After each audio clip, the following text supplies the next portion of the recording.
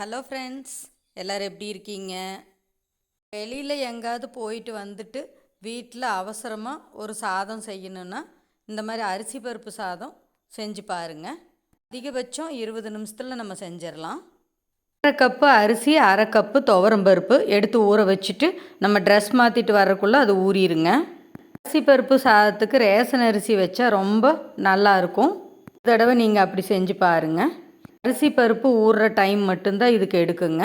மற்றதெல்லாம் ஈஸியாக செஞ்சிடலாம். அங்கே எப்படி செய்கிறதுன்னு பார்க்கலாம். ஒரு குக்கரை அடுப்பில் வச்சு அதில் 3 ஸ்பூன் அளவுக்கு தேங்காய் எண்ணெய் சேர்த்திக்கலாங்க. தேங்காய் எண்ணெயில் தாளித்து செஞ்சால் ரொம்ப ரொம்ப டேஸ்ட்டாக இருக்கும்.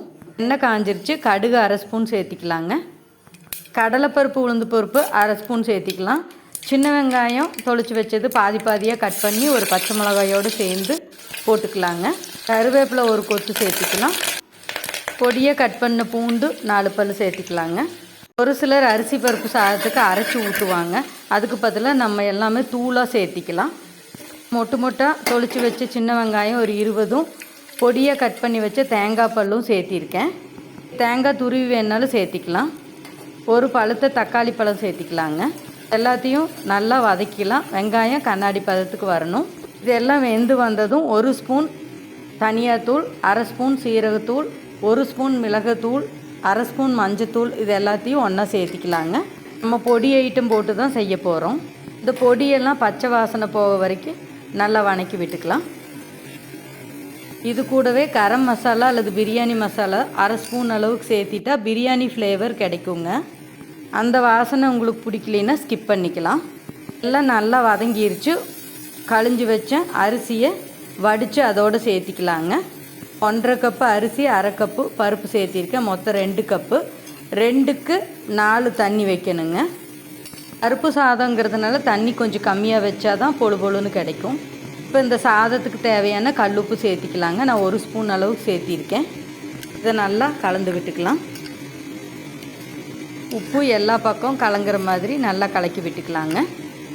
இப்போ நம்ம எடுத்து வச்ச தண்ணியை 2க்கு 4, நான் 4 கப்பை விட 1/2 டம்ளர் கம்மியாக தான் சேர்த்திருக்கேன். அப்போ தான் கொஞ்சம் பொழு பொழுன்னு கிடைக்கும். சாதம் உதிரி உதிரியாக வரணுங்கிறதுக்காக அந்த மாதிரி செஞ்சுருக்கேன். நீங்கள் கொஞ்சம் கொலகொலப்பாக வெந்து கிடைக்கணுன்னா 2க்கு 4 சேர்த்திக்கலாம்.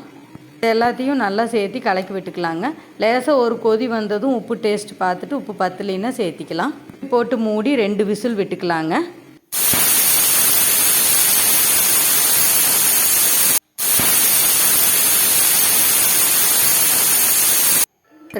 ரெண்டு விசில் வந்துருச்சு. திறந்து பார்த்துக்கலாம். பாருங்கள், திறக்கும் போதே வீடே மணக்குது. திறந்ததும் 1/2 ஸ்பூன் நெய்யும் கொஞ்சமாக லெமன் வேணாலும் புழிஞ்சிக்கலாம். நான் எதுவுமே சேர்த்தலை. இதுவே சூப்பராக வந்திருக்கு. சாப்பிடும்போது வேணுனாலும் நம்ம நெய் சேர்த்துக்கலாம்.